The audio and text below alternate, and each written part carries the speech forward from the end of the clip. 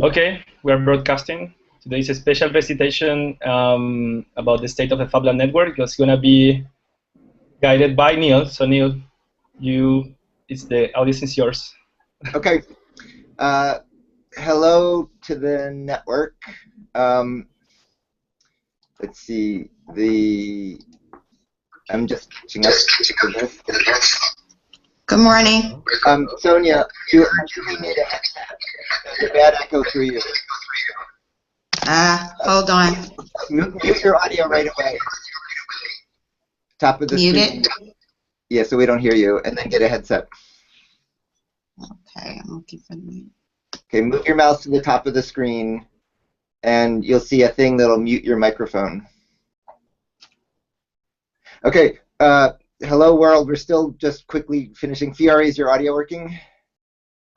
Hope so. Yes, your audio is fine. Good. Okay, so we have Sonia, Fiore, Jean-Michel, Tomas, me, and I'm expecting Nadia to join. Sherry would join, but she's in, I think, Brazil. And I'm just back from Rwanda. So what we wanted to do for this recitation is look at the state of the Fab Lab network. And so we're going to cover 5 things. What is a Fab Lab? The .org nonprofit side, the .edu educational side, the .com business side, and then we'll end with the .city Fab City project and programs associated with it.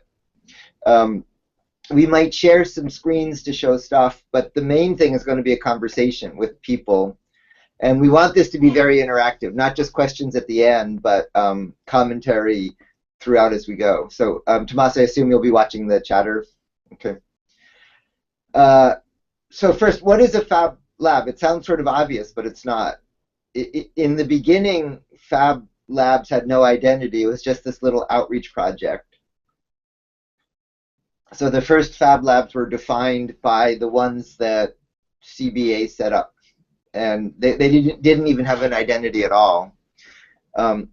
Then, as we approached about 10 of them, Fab Labs were defined to be tautologically by being Fab Labs, defined by being Fab Labs, as deployed by MIT. As they've grown from 10 to 100 to 1,000, they've come to be defined in part by the inventory. A Fab Lab is a thing that has the inventory.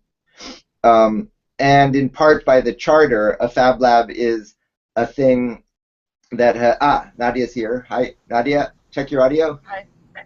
Test. Can you hear me? Yep, your audio is good. The light makes you look like an ominous dark shape with a bright light behind you. Now we see you. So Nadia, we're going to do Fab Labs, Fab Foundation, education, business, and city and programs. Just tore through all of that. Okay. So, so Fab Labs came to be defined by the inventory and then by the charter and logo. But right now they're pivoting in 2 different ways. One that I'm encouraging is, rather than an abstract notion of the inventory defines a Fab Lab, as the programs are growing, like the Fab Academy and Academy and Fab City, Fab Labs are coming to be defined by the programs, not the inventory. Meaning, a site that can participate in the Fab Academy is a fully set up Fab Lab. And it's much better to define it by the capabilities, meaning the ability to do a thing like the Fab Academy, than an abstract. So it's not anybody declares this is the inventory, it's that you need to be able to lay up composites and do surface mount rework and have all the capabilities. So I expect we'll be moving away from a definition that's sort of abstract and moving to a definition that's functional. And closely connected to that, what's emerging is a hierarchy rather than a flat notion. And this is the second thing I'm encouraging. So the Fab Lab as we know it today is $100K investment in 2 tons. You might expect that to come down significantly as we move to labs making labs and commoditization of the machines. But at the same time, it's going up as expectations grow. And instead, what's emerging is a powers of 10 and capability. So the 100K Fab Lab is like the town library scale. and it has everything you need. So you need to mute your microphone. We hear you typing. And, yeah, thank you. The 100K is like the town library scale. It's a community resource that can make almost anything, including new machines. One of the things we'll talk about that's emerging is the 10K scale, which is enough to make a project, but not a whole lab. And one is the 1K scale, which is enough to make a little thing. And on the other side, one is the $1 million scale, which is enough to not just to make a machine, but make the parts of the machines that make machines and run a regional network. And so powers of 10 of 1K, 10K, 100K, a million, maybe even more $10 million labs as this hierarchy of capacity rather than just simply a fixed layer. So it's growing, defined by these programs, into these trees.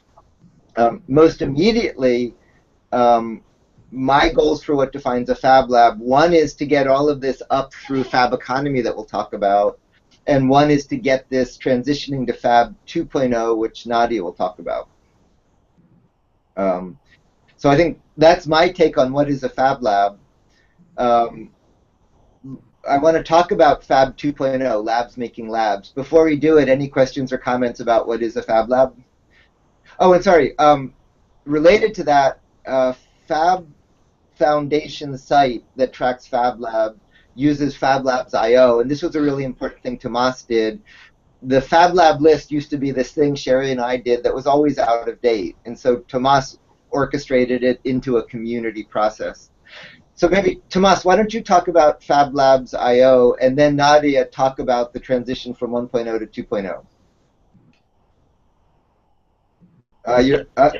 Yep.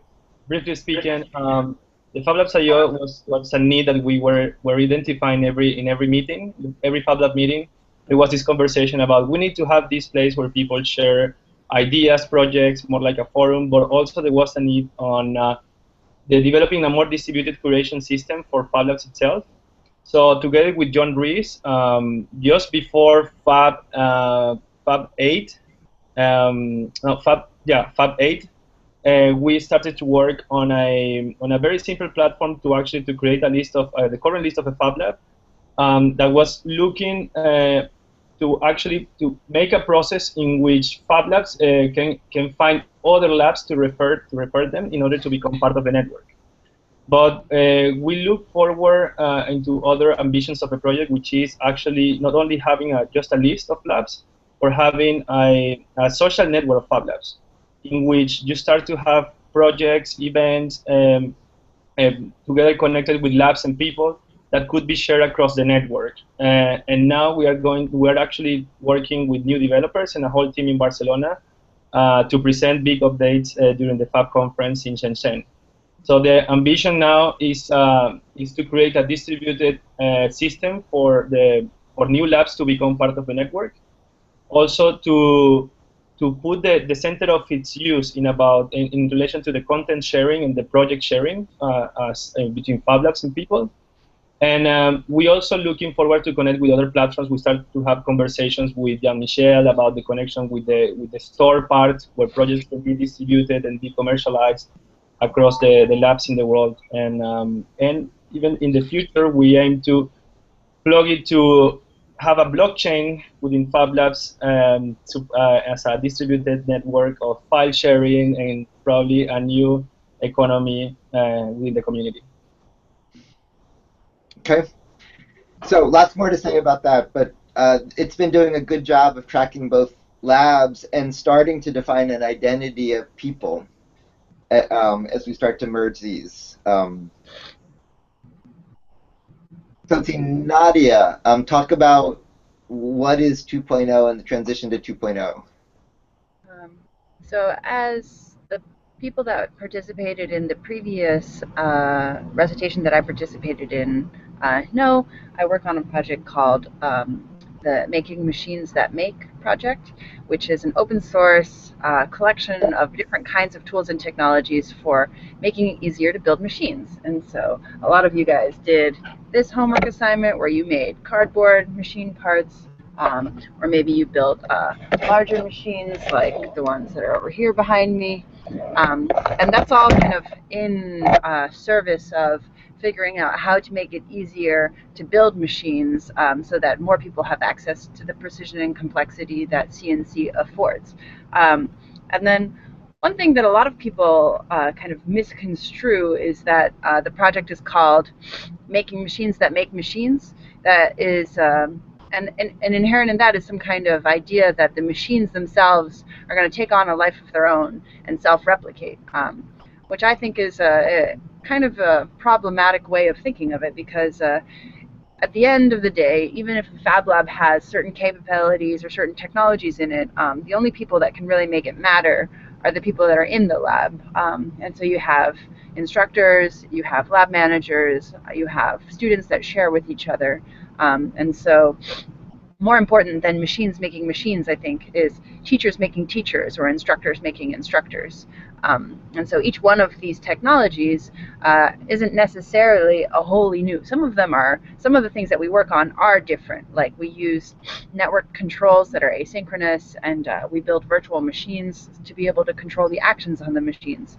But many of those things are already accessible in common technologies, and the only limitation is that they're poorly documented or debugged. And so I would say that no to machines making machines. Automatically having a machine make another machine in Fab Lab 2.0 is very unimportant.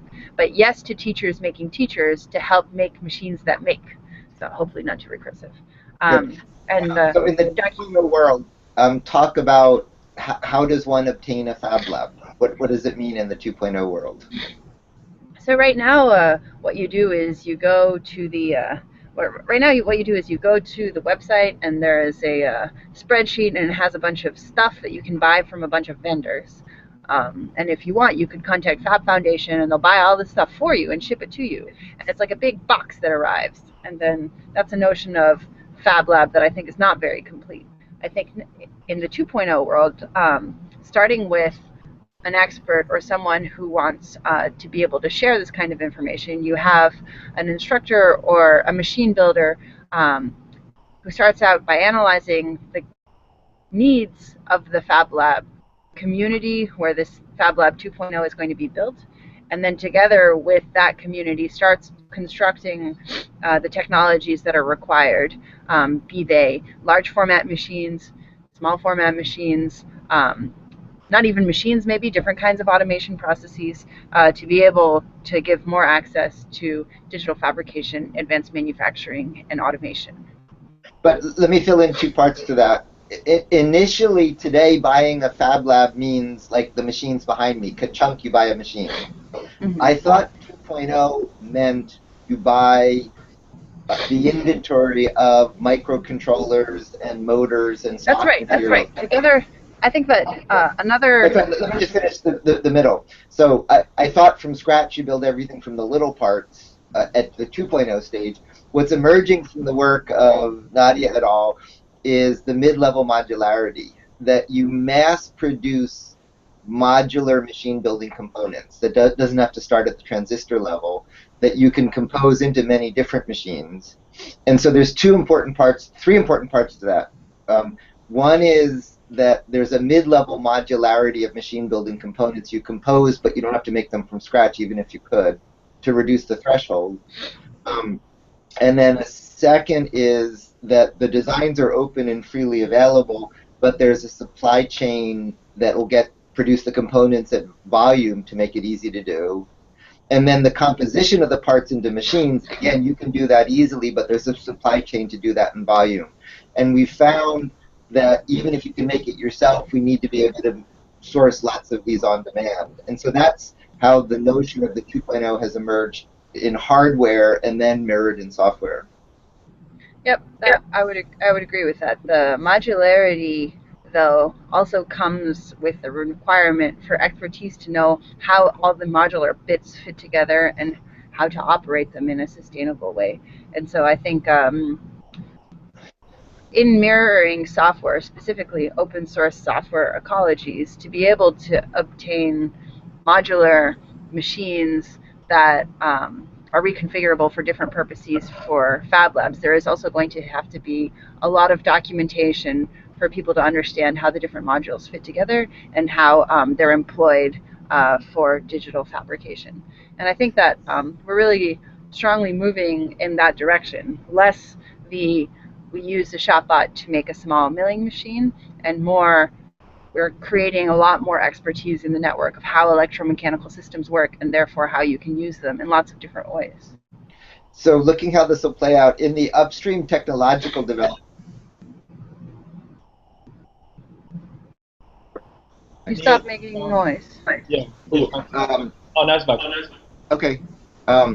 We're doing a lot of work on composition of hardware, software, and electronics and modularity. At FAB12, which I want to keep pushing, this is where I want to start driving this transition. The big project at FAB12 is we're going to start with an empty room at the beginning of the meeting, and at the end of the room have a Fab Lab locally produced in a way to be defined. And coming out of it, what I'd really like to have is supply chains where people can start pivoting to this Fab 2.0 work. Yeah, but I would have to disagree with you to some extent, Neil, that Fab Labs are technologies. I think Fab Labs are as much people as they are technologies, and you can't assume that the people are going to show up just because you build a certain kind of technology. Let's see. As somebody who spends so much of my time on like video systems for people to talk to people, you know, you're preaching to the converted. I never said it's just the machines are enabling. 2.0 absolutely means labs that make labs, teachers that make teachers, you know, the fan out at all those levels. The social systems that go with the hardware systems. Yeah. One thing that I think might be but having noted all of that, what made the Fab Lab stand out compared to all the other things like that is it is based on the capabilities. We deliver on the physical capabilities and build the systems around it.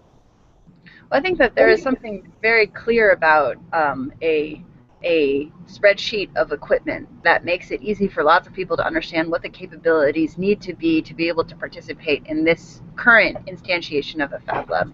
But I think going forward, I think what we want is to grow expertise in the network so that machines no longer are tools that you can only buy, but are tools that you also make. Yep, okay. So that's where on 2.0, it's a lot of work to come between now and Shenzhen that we really need to get going on. But that's what a Fab Lab is. So if there's any other questions or comments, I'll go on. The order we're going to do is Foundation next, then the education programs, then the business, then the city. Okay. Okay. So I'm going to pivot to Foundation. And again, Sherry, Sonia, what is Sherry doing in Brazil?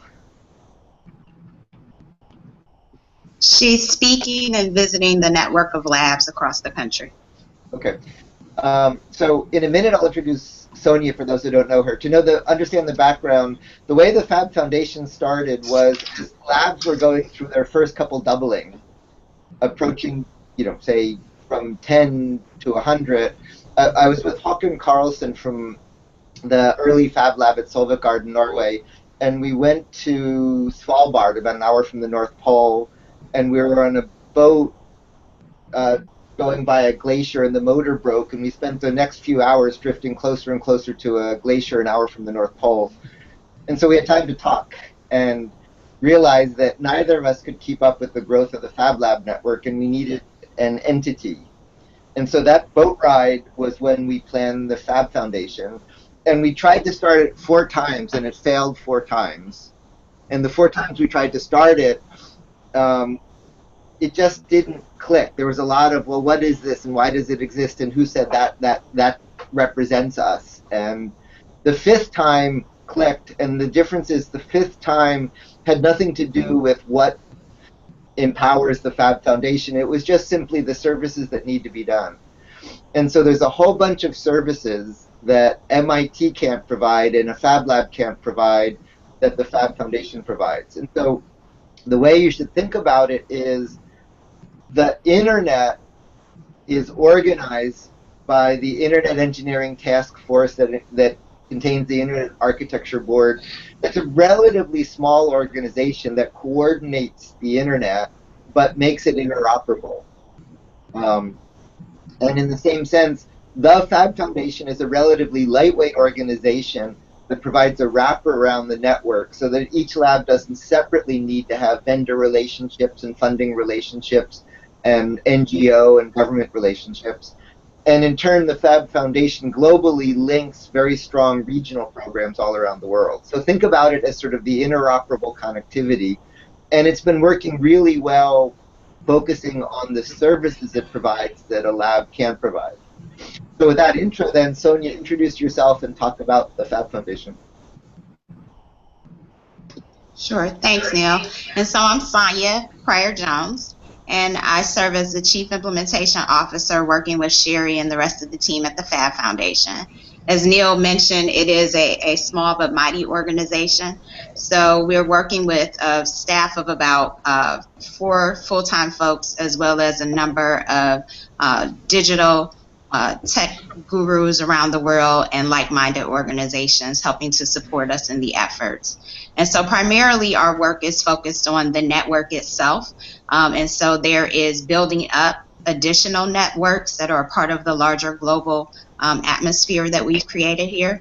And the other part of it is supporting networks in regions across the world that need the kind of back office support that Neil referenced. I wanted to share with you a few examples of some of that work. Is that okay here now, Neil, to do? Yeah, it is. So on the left, are you familiar with how to do? On the left of the screen, you'll see a green arrow if you move the mouse, and if you click that, you can pick a window to share.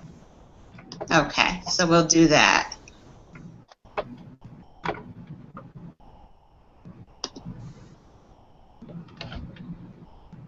Share.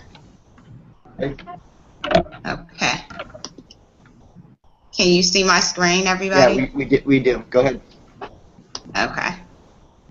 I'm just gonna scroll down here. Okay.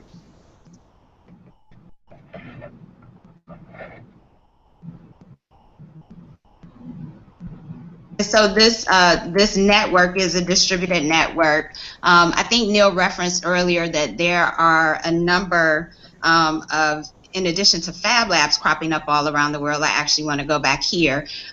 One of our partners in a larger effort has started to map Fab Labs and other innovation spaces globally, and right now we're finding that they are in the thousands, over 10,000. But our place in that work with the Fab Labs and our distributed network that's been growing since Neil started this work, we'll be at 1,000 labs in over 80 countries by the end of the year. And what is unique is the support of the entity that is the Fab Foundation and its back office support, but then also the really human-centered aspect of the Fab Lab and how people are able in this standardized inventory to share projects, ideas, as well as challenges that we might all face. A few of the networks within the network that are cropping up are here. This first one, Ukrahulini, is growing in South Africa. This is under mayoral leadership there, where they've started with 2 labs.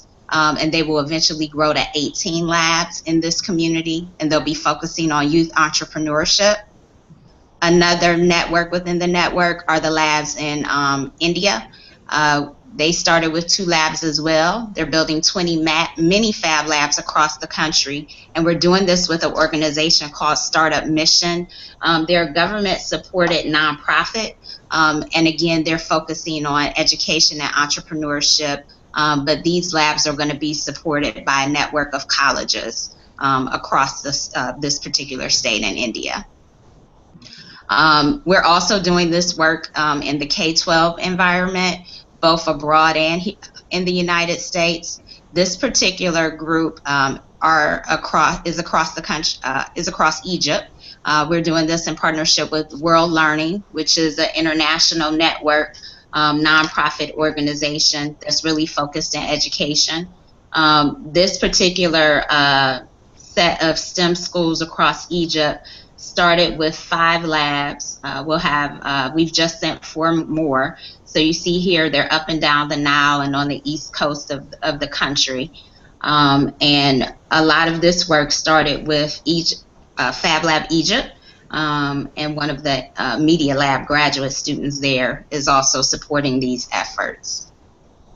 And then there's the corporate participation. One of our newest and largest networks is happening with Chevron here in the United States. It was initiated by a $10 million grant, and the desire was to place 10 Fab Labs in communities where Chevron does business across the United States. And their effort is really focused around STEM outreach. So they're particularly interested in K-12 STEM learning and supporting teachers and K-12 students in the science, technology, engineering, and math disciplines. These labs have already begun to be leveraged. And so in some cases where Chevron put up the money for a stationary lab to be in place, their local business units put up additional dollars in for now what'll be 4 of their locations. So those additional dollars are paying for mobile Fab Labs. And so out of this set of 10, there will be 4 locations that will have a stationary and a mobile lab. And the image that you see here is one of the mobile labs in the bottom right that's been built from one of those communities. And this is happening.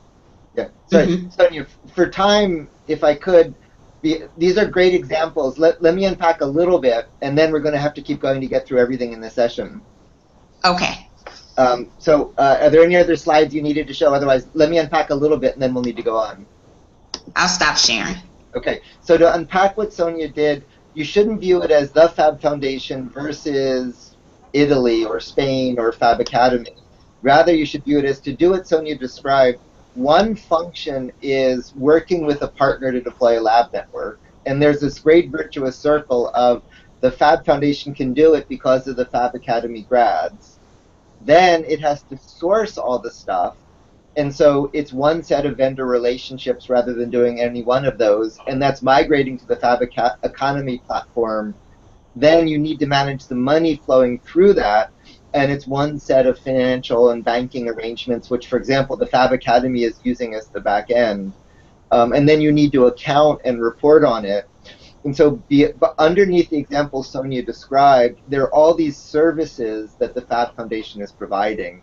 And that's really the engine. An entity can sit down, and from their perspective, they have a counterpart across the table. Behind that counterpart is this whole network. But the Fab Foundation provides an interface and is a vehicle for these services that we share. I want to add something, which is the phenomena that you can see, for instance, in Latin America, with regional organizations organizing events and running programs at the Floating Fab Lab, the Fab Fest, what happened last week in France as well. So there are really, really active networks that come more from like an emergent process. And I think that's something that we need to find out how to connect better with the larger Fab Foundation, also in Asia. So I think that this is one of our challenges, connecting the emerging movements with the existing work amazingly done by the Fab Foundation. So that unpacks into a lot of discussion that queue up as a big topic in Shenzhen. But the short comment is, I think the vision is, think of the Fab Foundation not as the US branch, because they're separately a US network. It's a wrapper around all of these regional programs. So it's a way to view a global container of the regional programs.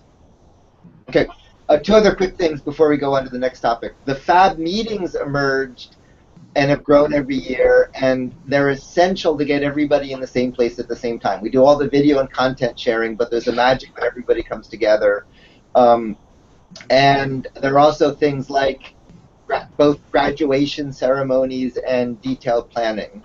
The site this year is fab12.fabevents.org, which is a new domain we started to have this notion of the Fab events. There's the big meeting, but the regional meeting, all going through an events infrastructure so that each event doesn't have to start from scratch and how do you organize it and how do you make a website, and to have common infrastructure to support the regional as well as global events. Okay, mindful of time, that's the .org piece. Now let's go to the .edu piece for about 10 minutes, then the .com piece for about 10 minutes, then the city piece. So the .edu piece, the way that started is I started the How to Make class at MIT that spawned Fab Labs because I had all these machines and needed to teach people to use them. Then we had the problem when we deployed Fab Labs, we had to teach people how to use them. Initially, I had people sit in remotely on the MIT class, and that worked in the first few cycles. So that's back in the Tomas days. And then it just got way too big for that. So that's when the Fab Academy spawned off. It started to teach you how to use a Fab Lab. As it's grown, what's emerged is really valuable, more than I expected. One is it helps define a Fab Lab. A Fab Lab is an entity that can do the Fab Academy. You have all of those capabilities. Each year, it refreshes best practices. It updates not from centrally, but in a coordinated, distributed way, best practices in the lab network. It builds the collaborating community of the gurus and then trains these cohorts of experts which are in demand in the network. And so it's a really nice virtuous circle. I'd say the biggest change in the current cycle is beginning to fan out, where instead of just labs, we now have local labs organized in clusters with super labs providing supply chain and logistics, and then a tree of those to help manage the scaling. And so it's a fundamentally new educational model that's not local, it's not distance, but it's distributed. So we're using that for the Fab Academy. Then the next step is a lot of labs are interested in biology, and so that led to how to grow almost anything, loosely with the idea that a Fab Lab makes a bio lab and then you teach biotechnology. The how to make class is unusual in that I roughly do everything for the class. The how to grow, George Church coordinates, working with Jean-Michel and David, and then it has this whole global team of experts we'll talk about in a minute. And then there's a number of other classes coming. Nadia is going to be teaching a machine building class. And in Rwanda, and Nadia will be particularly interested, I spent a lot of time with Olafur Eliasson, who really wants to participate. And so we talked about him leading the next class, which is not how to make almost anything, but why make almost anything, which is about all of the implications of sustainability and beauty and meaning and community, and not how to design, but why to design. And so as a joke, initially Nadia called this the Academy of Almost Anything, and it stuck. It's Academy, using this as a distributed educational platform. We're adding classes really carefully because they have to have the character of global leadership, of best practices, of knowledge in demand, that's empowering and evaluatable. So it's not free play. It's really very, very carefully curated. There's nobody who knows how to accredit this, so we give a skills-based accreditation. But another thing growing is overlaying those accreditation with locally traditional accreditation. Some other directions, just to finish the table of contents. The chief minister and the vice chancellor of the state of Kerala want every student there to go through this, and we agreed you can't do that as we now do it. So in the same way there's TED and then TEDx, we're talking about Fab Academy X, which is mini versions that are less time and less cost, that do a subset, but a real subset. And we're also talking about theses that let you go much deeper than we can cover within one cycle. So with all of that, then, let's see, Jean-Michel, talk about the bio class.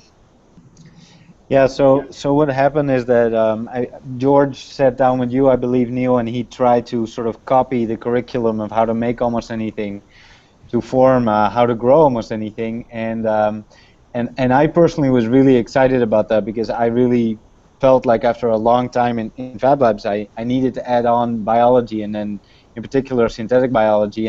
And for me, it also very much links into what Tomas will be talking about when it comes to sustainability and the Pito Dito program, where you want to be autonomous but still share information. And biology is getting very digital also in the sense that we can share more and more information about biology in the same way we can share files about products that we have around us, and then use those files to make those products or to make in biology. And so last year, we sort of ran an alpha year for Bio Academy, or how to grow almost anything, and it was a success. It was very interesting. I think we started with about 34 labs, and we ended up having 23 labs who could stick all the way to the end, because it was it is very high level. It's very complex matter that we teach. We talk about very cutting-edge technologies. Many of you probably heard about the CRISPR craze, CRISPR-Cas9 being gene editing tools. And there are at least 2 classes that are basically an ongoing PhD research project, like physics with Evan Doherty. And so it's really high-level classes. So I'm really happy and proud to say that actually in Shenzhen we're going to graduate 15 people for last year's class. And for this year's class, we already have 10 people signed up. So we have about 13 labs globally where you'll be able to follow how to grow almost anything. That is going to start again the 24th of August this year. We're going to do that every Wednesday, just like Fab Academy, with a break at the end, and final presentations we sort of carry over to the next year, so they happen in January, just before Fab Academy starts. So it really sort of complements the two. As Neil said, it's really a little bit different than Fab Academy in the sense that it's not taught, all the classes are not taught by one person. We have a couple of people who teach multiple classes, but most of the classes are actually individual faculty teaching just one class. And we changed the order a little bit this year to better reflect also the possibility of building many of the tools yourself with the Fab Lab. So what I also want to just touch on is that it's really important that we're trying not to create a separate strand, if you forgive the pun, but to add on to Fab Lab capabilities. So we don't want biolabs just to do this on their own and Fab Labs do Fab Academy on their own. We want to create these spaces where you have a bio lab and a Fab Lab who are in the same local area where you can do Fab Academy and Bio Academy, and you can start making tools with the Fab Lab tools. So a couple notes on that. I think this model of the communities of world leaders will be much more common going ahead. The first one was sort of an anomaly. A really interesting thing that happened was it's this dream team of these global leaders teaching it. And so we had MIT and Harvard students saying, hey, how come we can't take this class at MIT or Harvard? And the reality is it's in any one institution. So I just sent a note to Romain. I don't know if he can join, but what he's been working on is taking this and conventionally accrediting it through a local educational system. So we provide the global coordination and we teach a common thing globally, but it gets offered as a local offering with a local accreditation overlaid on top of it. Yeah, so Romain is, I don't think he'll be able to join now, but he is in Paris-Saclay, in the university just below Paris. And what he is trying to do is, as Neil said, is he's both teaching Fab Academy and Bio Academy in the same location and trying to get that accredited. I'm seeing locally here at Tufts if we can also have students join. So it's very interesting to see how these old institutes, in a way, are seeing the merit of these courses and also want to join. And so we're really looking into how we can integrate this very novel educational system into the more traditional educational systems. Then I would really encourage you to not think about a Fab Lab separate from the Bio Lab. Better, this is bits to atoms and atoms to bits, and there's many reasons to do it. Yeah. But it's expanding the meaning of the network that, you know, Yep. Absolutely, and we learned a lot for those who were there last year and who are gonna join this year. We learned a lot from last year. As I said, we changed the order of the classes. We also will have better change in shipping products. We'll have a more clear inventory. So again, there will be a graduation in Shenzhen that I very much look forward to, the first 15 students, and Bio Academy is launching its first official year this year in August. Okay. May I something just quickly? I have been sharing with you, Jean-Michel, the biology. Oh, yeah. Yeah, maybe you can talk about it. Yeah, so thank you, Thomas. Very good you said that. So again, a lot of people discovered how high level the courses are in Bio Academy, and that the stuff we're doing in it is very complex, and sort of low level hands-on biology that you need to know, we don't really cover that. We're not going to teach you how to do pipetting. And so there are great courses starting to pop up, and there's one going to happen in Green Fab Lab in Valdora in Barcelona. It's called Biology Zero, I think you're calling it. Yeah, Biology Zero, and it really teaches you sort of the basics of biology, the concepts, the nomenclature, so that you can sort of speak about it and know the words when the faculty members are going to talk about it. And so I'd really advise you, if you want to join Bio Academy, try to get one, try to get into one of these sort of Biology Zero classes, or set one up locally with people who know about these things, because I think it's going to be super useful to do that everywhere. I'd say it a little more strongly. It's a little bit related to the Fab Academy X concept, which is this all started because each lab was trying to teach things in the lab and kept reinventing the same body of material imperfectly. And so a set of assumptions for the Bio Academy, like Fab Academy, I'd really like to curate those as a common body of starting knowledge that we can offer at scale in the network. It's too hard for any one site to figure out how to do that. I'd really like to articulate that as, like, we used to call these the boot camps of the sort of core starting knowledge, and have a good agreement on what is the starting knowledge in a way you share that anybody can offer. So looking ahead, we don't yet know how to do Fab Academy X or Theses, but we want to turn them on. That's an ongoing discussion, and there'll be a lot of work on that in the Shenzhen meeting. But mindful of time, let's go to the .com now. So that's education. In the .com, early on in Fab Labs, we talked about businesses and made a couple mistakes. One mistake is we would pair traditional entrepreneurs with people inventing things in Fab Lab, and everybody ended up miserable because the traditional business people felt like the Fab Labs weren't following instructions. The Fab Labs felt like the business people weren't telling them anything useful. And then the second mistake we made is assuming that you can make something in the lab, like the pliers I'm holding, and then you make it, you sell the thing. But a lot of the business value comes not in selling the thing, but the benefit of the thing. Nutrition or infrastructure, or all in the same way that Google doesn't sell search, it gives away search, but it sells the benefits of searching. And so the businesses are more interesting than the thing, but they really will require reinventing who pays whom for what. So at Fab 10, we started a Fab Economy platform. Jean-Michel Friari and others started pulling together. And what's ramping up, and I'm really excited about, one is jobs. There's a lot of demand for people with the skills. One is I want to kill off the inventory as the spreadsheet and turn the inventory into a live thing that you can do for fulfillment that ranges from a single part up to a whole lab. And then back it with a supply chain that contains the global resources and then the regional sourcing. That's beginning to turn on.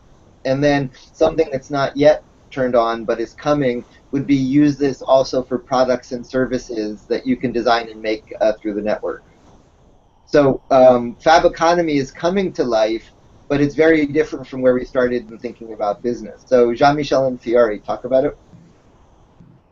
Yeah. I made a small picture for describing Fab Economy.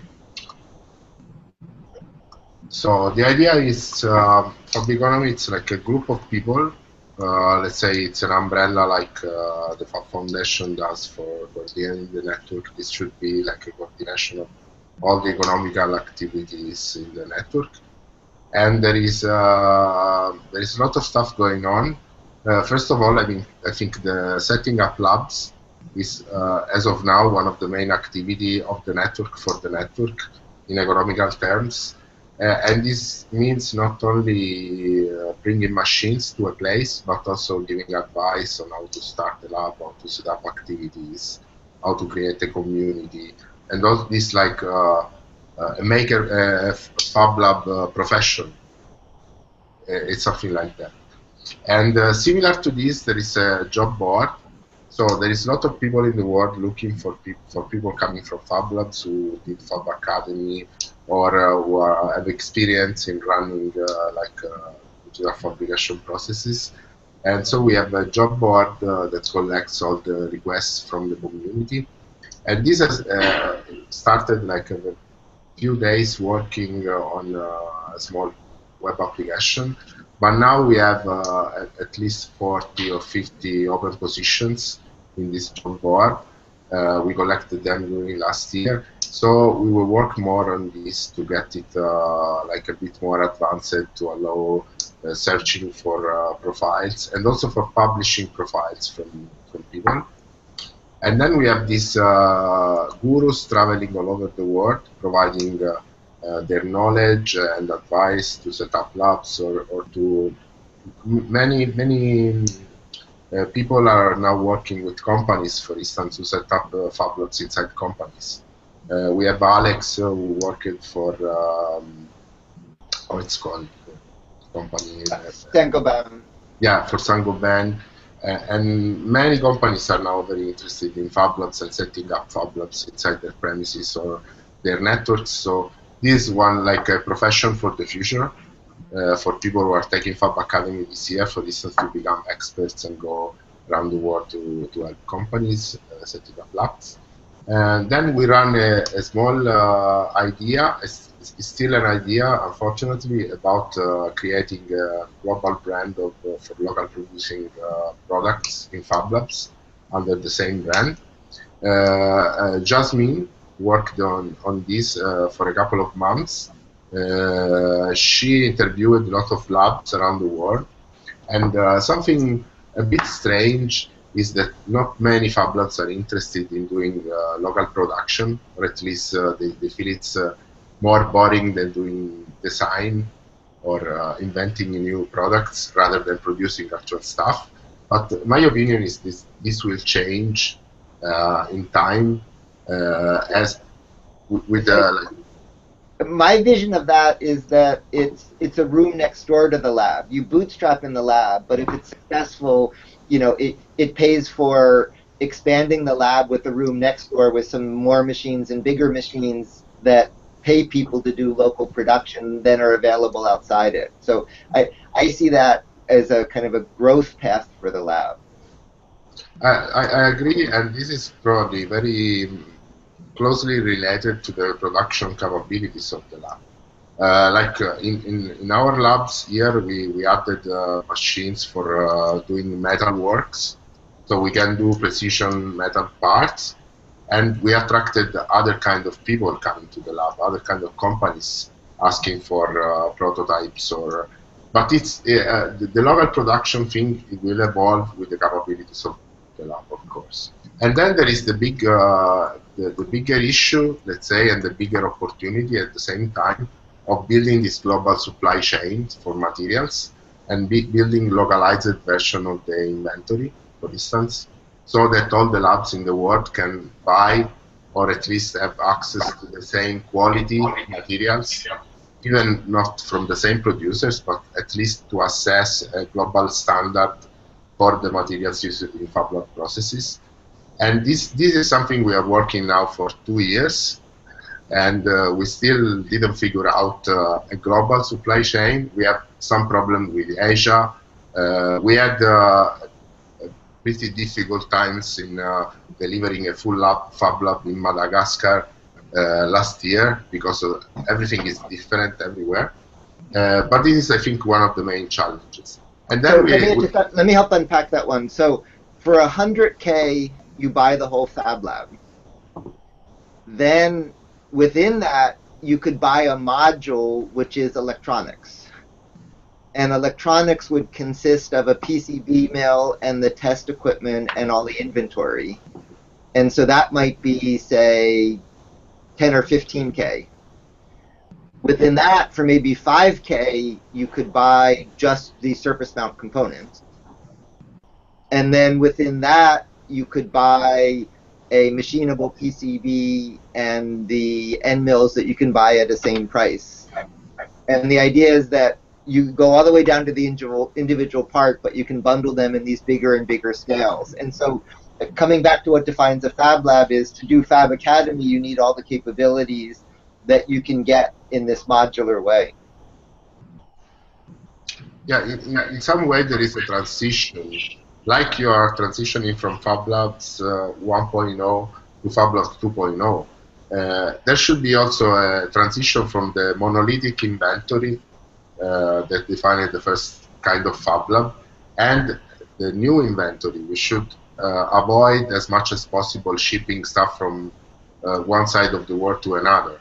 And this has a lot to do also with like consumable materials, because you don't have to ship consumables all over the world, and you don't have to ship resins all over the world, because probably it's not really environmental safe to ship all this stuff around the world. So let me add we want to find to that. One part is the supernode labs emerging give us a great regional network of supply chain points. So we can set up this global inventory, which is great. And a second thing we've yet to take advantage of is we could have a design that in one day you send out to every Fab Lab in the world and you produce one thing globally instantly. And we've yet to take advantage of that capacity, and that's something I want to expose. Now, for time, let's wrap this up because we have 7 minutes left and I don't want to get to cities. So anything else on economy? No, I wouldn't talk. Okay, so I'm delighted with what Jean-Michel Fiore et al. Are doing to bring that to life. The city one I want to end with, that started with Barcelona with great design sense, 50% unemployment, and this idea of the countdown to produce what you consume, globally connected for knowledge, locally self-sufficient. I view this as sort of the graduation of the Fab Lab network. If a city can produce what it consumes, the point is not that it's a Fab Lab, it's that it's sustainable. To get there, there are all these really big meta projects we need to tackle, like food, energy, transportation. And what's coming is to meet the 40-year goal, where initially the goal is 1% in 1 year, we need these meta projects to use the network to meet all the capabilities of a Fab City. And that's going to require all the skills of everybody. But I expect it's going to turn into the Fab City program is a major source of funding, participation, infrastructure, all of that. So Tomas? Yeah, I think that this is a really good way to connect many things. One, the evolution of the Fab Academy and building the skills, and also giving a direction to the use of those skills. And I think that this also connects with something you mentioned, is the why question. No? Why to use all these tools in all these equipments? And then having the goal of turning cities into self-sufficient organisms, I think it's a great why question to be answered. No? I've connected with the thesis also because it's an opportunity, for instance, to, I'm going to share my screen, to connect to funding, to support research in different Fab Labs and attach that research to people that is actually part of the thesis. And then these people continue their Fab Academy students or the how to grow studies or the machines that make studies, and then they put their efforts into a program for 9 months in order to turn this into projects that can be implemented into cities. It would be really interesting to see how we connect the why question, and probably we don't open a new class, but we can have Olafur Eliasson as the head of the Fab Thesis. That is a question I throw. So having that said, I mean, in the roadmap of the Fab City, and as Neil mentioned, in 2011, we went to Lima and launched the program in which, on one hand, people identified as a Fab Lab full of cities. And I think that we have the challenge now on trying to turn that idea into something more holistic and to think about a city of a system of systems, and also connected with larger questions about the supply chains worldwide, on how cities in the past were celebrating the amount of containers they would send into the world. Now they celebrate how many containers they bring into their ports. And we aim that cities should celebrate in 40 years so that they don't have containers coming in and out from where they are. So as part of the roadmap, we have been having different activities and different Fab conferences. We open every year one opportunity during the Fab Lab conference for new cities to join.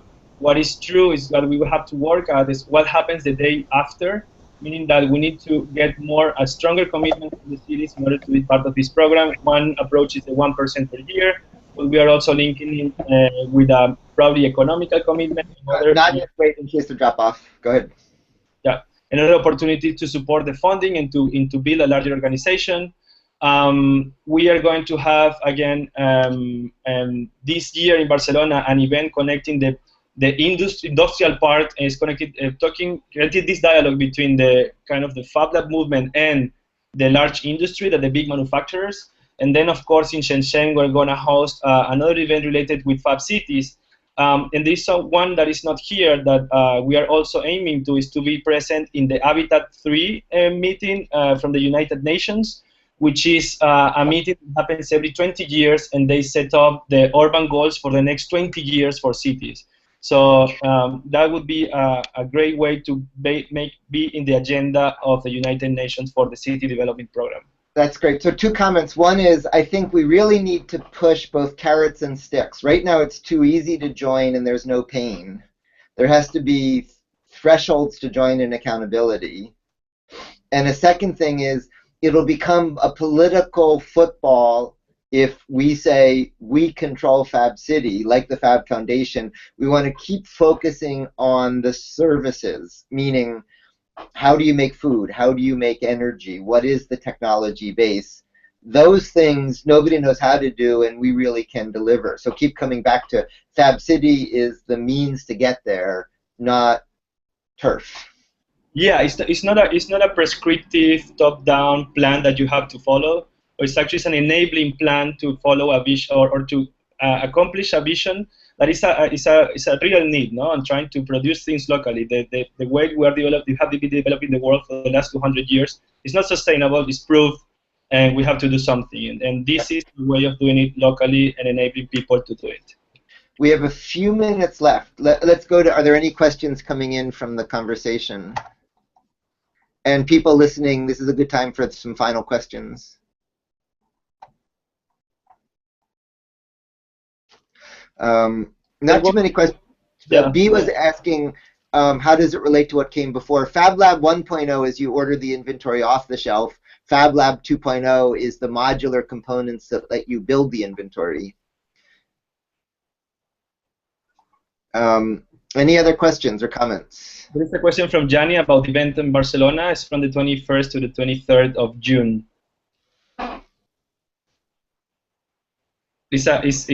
I will post the link, but it's an event connecting the industry that makes the technology with the industry that applies the technology, the new manufacturing technologies, and then we are stepping in as a disruptors and saying, okay, it's not about the two industries talking about, but you have to put this dialogue between a new way of making and the industry.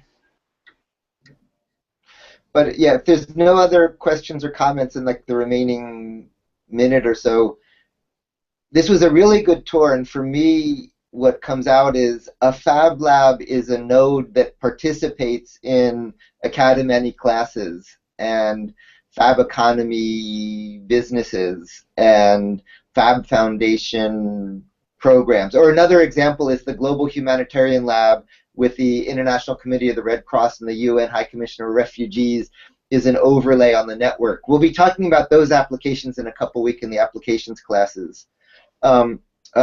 Erin is asking about ways to make it easier to communicate. Boy, that's a huge question. How to make it easier to communicate with the labs? Oh, well, there's the online communication. That's what's going to be released in Fab Labs IO this summer. But it's really important the regional events that are happening more and more, and also the Fab meetings is the great way. So you all know everything about social media. My own experience has been one of the best ways to communicate is the weekly cycle of participating in things like Fab Academy. It builds a cohort every week who talks to each other. And for that, we're doing a lot of work on scaling the back-end video infrastructure. And then for such a high-tech thing, underscoring Tomas's comment, there's no substitute for the regional and the global meeting of just piling everybody into one place and spending time together. That in the end is my favorite tool. It's a very old-fashioned way, given everything we do, all the video, all the everything, but something special comes with just piling people together. Question about that make class. See, Andy's asking how do you do it when there are more labs in the city? I'm not sure what you mean by how do you do it.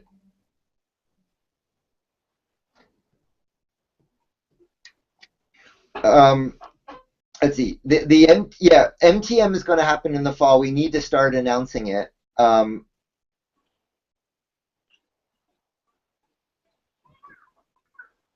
let's see. So first let me go back to Andy's. About this question of competition, periodically there's wars over somebody wants to hijack what is a Fab Lab, or battles of are you a Fab Lab or are you violating the rules. That's never ending. Again, what's emerging is the meaning of the Fab Lab network is the programs.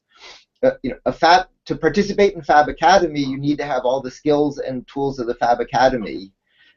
Each of the kind of programs we've defined, the ability to participate in those programs. The point is not to get branded a Fab Lab. The point is what it enables you to do, and the programs, participation in these growing programs increasingly are really going to become the definition. So it's not a matter, of turf. The Fab Academy isn't competition with anything. It's sort of it fills this need, and it's an opportunity, and the means to participate is the definition.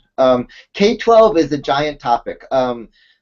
Sherry, a number of people are working on K-12 education programs. I think, in fact, that's a good add. In 2 weeks, we're going to have a recitation on maker education with a very interesting person. But Tomas and Sonia, can you link Sherry and Jan into that recitation and include them? Yeah, absolutely. Silvia Martinez will be talking about that. Right. We shouldn't be just her. That recitation would be a good chance to talk about the K-12 programs. Okay. Okay. Yeah. Yeah, so again, what we've been finding consistently is entities that try to hijack Fab Lab as a name fail because they don't get traction with the network. We succeed not by fighting them over the name, but by continuing to move ahead for the benefits of opting into the network. And just repeating myself, I think it's going to really be pivoting to the definition of a Fab Lab is the means to participate in the programs that bring value to the network. Good. Any closing thoughts? Neil, not a thought, but just a reminder for Fab 12. You mentioned we'll start with an empty room and by the end have something that we've created together. Sherry wanted everyone to be reminded that we will be looking for participants of this group of Fab Academy as well as past participants to bring along their MTM projects. So I just wanted to make sure that was shared. Okay. So a way to understand the last hour is the internet grew exponentially, and at some point what emerged was internet.org, the Internet Engineering Task Force, the Internet Architecture Board, the Internet Committee for Assigned Names. All of these organizations grew up as the internet began to scale, and that's what we just described. This is the equivalence of the emergence of all of those. We've made it from 1 to 1,000. What we just described are the things to go from 1,000 to 1,000,000. Good. Okay. I'm a great fan of all the work everybody's doing to make this possible, and really excited by the sort of these next stages. I think the next few doubling cycles are going to be really important because they're going to pivot from the seat of our pants to really building this scaffolding. So, to infinity and beyond. That was great. Bye-bye. Thanks. Bye, thanks. Bye-bye. Thank you. Bye. Thanks. Bye.